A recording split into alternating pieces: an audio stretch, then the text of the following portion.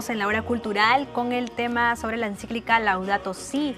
En la pausa veníamos conversando sobre las polémicas, sobre las opiniones en contra y a favor que ha generado esta encíclica en diversas partes del mundo. Por ejemplo, en Estados Unidos, donde se acercan las elecciones presidenciales, candidatos para ser electos, los candidatos, para precandidatos a la presidencia de Estados Unidos, como Jeb Bush, ha opinado que a él un sacerdote no le puede decir cómo manejar el tema de la política, de la economía, porque ahí también se dice que el Papa no es economista. Denuncia cierta intromisión del Papa en estos temas. Sin embargo, este tema nos atañe a todos, este tema es importante. Ha puesto el dedo en la llaga el Papa Francisco. Y esto de repente no le puede gustar a muchos porque ataca diferentes intereses internacionales, económicos, el cuidado de todos. Bueno, toda actividad humana causa un impacto en la naturaleza, entonces todos nos sentimos impactados también por este tema. Biólogo, ¿qué es lo más crucial, lo más acucioso de esta encíclica que ha generado toda esta polémica? Yo dije que esta encíclica es una encíclica revolucionaria, ¿no? Y sus manifestaciones es precisamente el tener que enfrentar a intereses muy poderosos, a posiciones conservadoras. Pero no olvidemos, a mí me gustaría que el padre aclare, en el sentido que la Iglesia siempre ha tenido históricamente un papel en el poder. Claro, ¿cierto? Sí, hay otros documentos, por ejemplo, la Pacem in Terris es un documento de hace 40 años que habla también, comienza a hablar sobre el medio ambiente, sobre la paz en el mundo, se va contra las guerras que deterioran el mundo, el medio ambiente, pero yo quería referirme a lo que decía, es revolucionario sí, pero es una revolución no al estilo que nosotros podríamos comprender como la revolución francesa, violenta, o una revolución al estilo de Rusia. No, esta es otra revolución, creo que es intelectual, pero también él va a tomar posición por los países pobres. Y también va a tomar posición por una de las posturas, porque algunos decían, aquí el hombre no es el culpable, aquí los arquitectos ni los biólogos no somos culpables, nadie es culpable. Y otros que decían, sí, la mano del hombre. El Papa toma la posición esa, hay una mano y es la del hombre que está dañando todo eso. Y creo que ahí tiene razón y creo que ahí compartimos todos que habría que tomar posición. Tenemos que tomar posición. Y el Papa también es un hombre, también es un habitante de este planeta, también por eso también se ve repercutido por toda esta situación. En ese tema, ¿tiene autoridad la Iglesia para poder dar este tipo de opiniones? Yo creo que algo muy importante es que hay una crítica abierta al sistema imperante, al modelo de desarrollo. Y para mí creo que lo más revolucionario es la propuesta de un nuevo paradigma, de un nuevo enfoque, de una nueva cultura. Y aunque el padre nos declara que no estamos ante una reedición de la Revolución Rusa, digamos, pero hay que tener en cuenta que los cambios empiezan por las ideas. Si no tenemos ideas, ¿en base a qué vamos a luchar? No tiene sentido hablar de una protesta si no sabemos lo que estamos buscando. Entonces me parece que es muy importante ese aspecto. En verdad hay una propuesta de una cultura nueva. Y hay una expresión que a mí me llamó la atención y que por un lado se podría decir que está muy cercana de lo religioso, la conversión ecológica.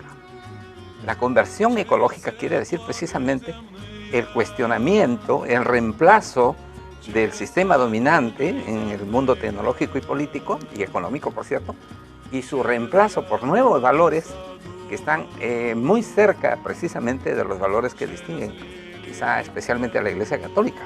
Una de las cosas que, disculpe que le corte, pero creo que antes de que se me vaya la idea, una de las cosas en cuanto a la conversión que usted estaba diciendo, él se cuestiona y dice, parece que ya no podemos vivir sin la tecnología. Hemos tenido muchos años, siglos y siglos y miles de años, y hemos vivido sin la tecnología. Y ahora parece que no, parece que el que tiene la información tiene el poder.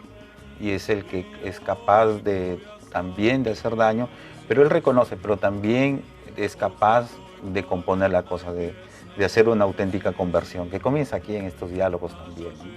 Así es, y además esta encíclica resalta un tema importante que tal vez no se había dicho de manera clara en otros documentos pontificios, como bueno, resalta que el calentamiento global es real, existe, le da lo menciona, entonces digamos que a veces se negaba o habían voces que decían que esto no existe, que tal vez son campañas para generar pánico entre la población, pero ahora el Papa, bueno, habla muy claramente en este tema y nos da una alerta también para mitigar o para evitar que esto continúe y se siga destruyendo nuestro planeta.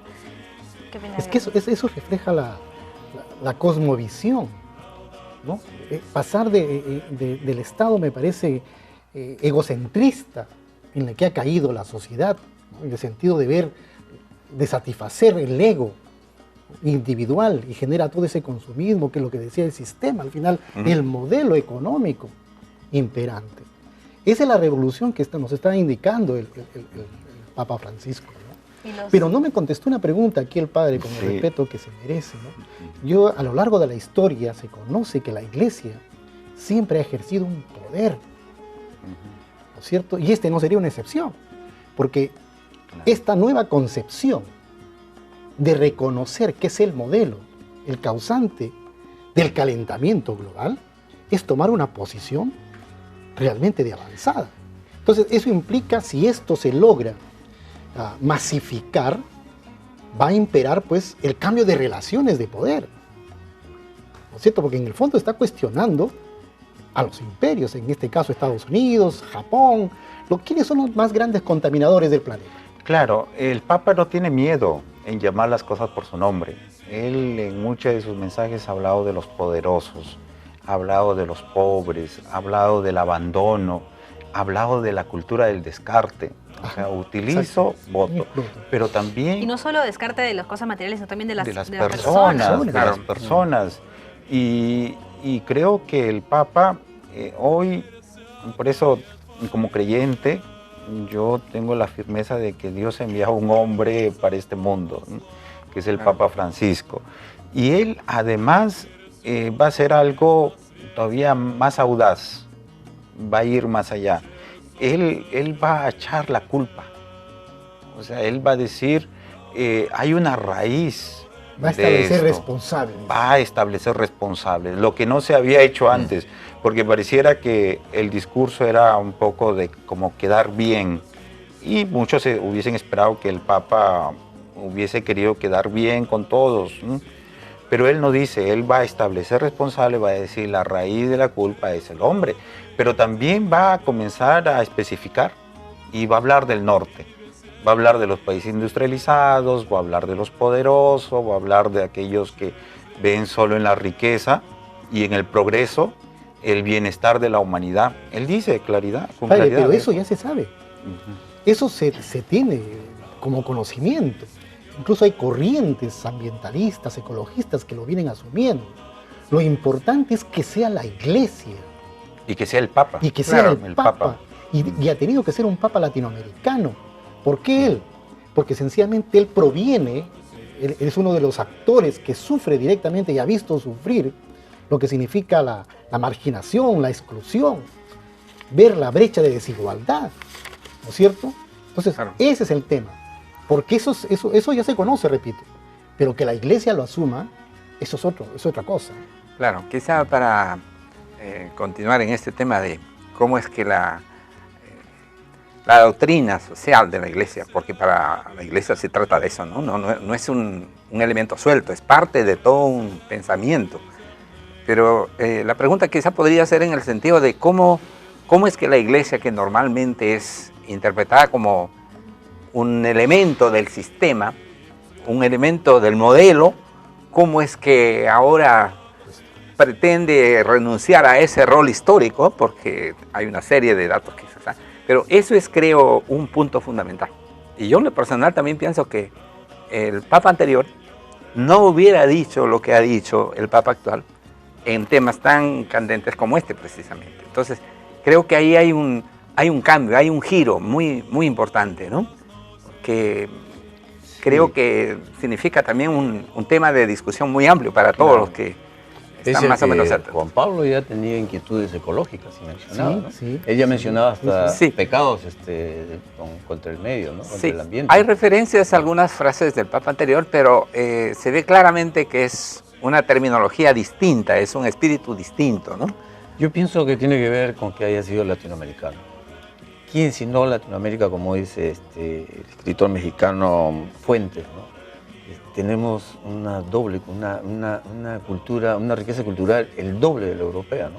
La europea dice tienen una cultura, tienen a Descartes, tienen Leibniz, tienen Newton, pero acá tenemos el Popol Vuh, tenemos los quipus, más Descartes, más Newton. Entonces somos doblemente cultos.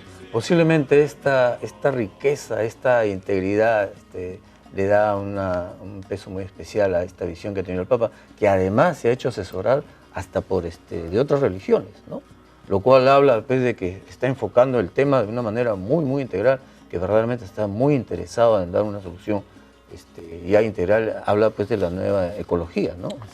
Así que, y la verdad, este asunto de la sostenibilidad no iba a funcionar. En arquitectura lo estábamos tratando de acercarnos cuando hacíamos nuestras propuestas de edificios sostenibles, de edificios ecológicos.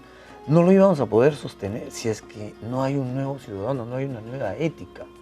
Que se pensara en verdad que el mundo es una casa de todos, que lo que yo haga acá o lo que haga en Indonesia alguien me va a afectar. Precisamente, Sí. arquitecto, en ese sentido, hablando del egocentrismo, a veces se les acusa también a los arquitectos, a los constructores de ser egocentristas, de querer tener un lucimiento de su ego a través de sus obras. ¿De qué modo también cambiar esa visión para que no se busque tal vez el lucimiento personal y se busque también la practicidad, la belleza también, pero también el cuidado de la casa común? Así es, ¿no? Que no es, bueno, de lo cual nosotros estamos involucrados, pero no es nuestra responsabilidad, es la industria la que muchas veces ha llevado a la edificación en este sentido. Pero ¿no? ahí creo que nuevamente volvemos al enfoque, a lo innovador que tiene este enfoque, ¿no? Precisamente eso es lo que creo que lleva al Papa a un cuestionamiento del orden establecido, porque no hay para nada una justificación de lo que se puede considerar el progreso, porque es al revés. Hay una crítica muy fuerte al progreso, es lo que se entiende por progreso, a la lógica instrumental que ha desembocado en todo lo que conocemos. Entonces me parece que algo fundamental es que en el documento se ve una propuesta de valores como algo fundamental para darle base a la información ecológica, a la educación ecológica. No se trata únicamente de ver, quizá, como a veces ocurre, la contribución científica, que sin duda es muy importante, sino que hay que ver mucho más que eso, ¿no? Entonces, hay una ética que está ahí propuesta, sin la cual, de acuerdo a la lógica del documento, no sería viable un nivel distinto de vida que tenga en cuenta precisamente esa condición de que es nuestra casa y que la tierra es nuestro hermano. Cumple un rol educativo muy fuerte también, entonces esta encíclica y que debe ser llevada a cabo y difundida a través desde los más pequeños para que también crezcan con esta visión de futuro, si es que el mundo pueda tener un futuro, precisamente para eso, para cuidarlo. Está muy interesante el diálogo. Yo quisiera rescatar algo que no lo dices de una manera explícita, pero recoge, por ejemplo, un pensamiento de Gandhi. Cuando Gandhi nos habla de que la peor contaminación es la pobreza. Entonces, si estamos aceptando que es el sistema, el modelo, estamos entonces reconociendo pues, que quienes nos contaminan, ¿no es cierto?, o nos llevan a ser también actores de la contaminación, ¿no es cierto?, nos está generando la pobreza. Ese es el tema. Por eso yo lo veo muy interesante, pero ojalá que pueda tener una respuesta también interesante, ¿no? Porque puede quedarse en como se han quedado la mayor parte de encíclicas, como declaraciones. Y este conversatorio que estamos teniendo ahora busca también generar ese impacto positivo en las personas para hacer un mea culpa, asumir nuestra responsabilidad personal y que todos podamos dar ese paso para el cambio. De este modo vamos a una pausa y continuamos con este programa especial de la Hora Cultural.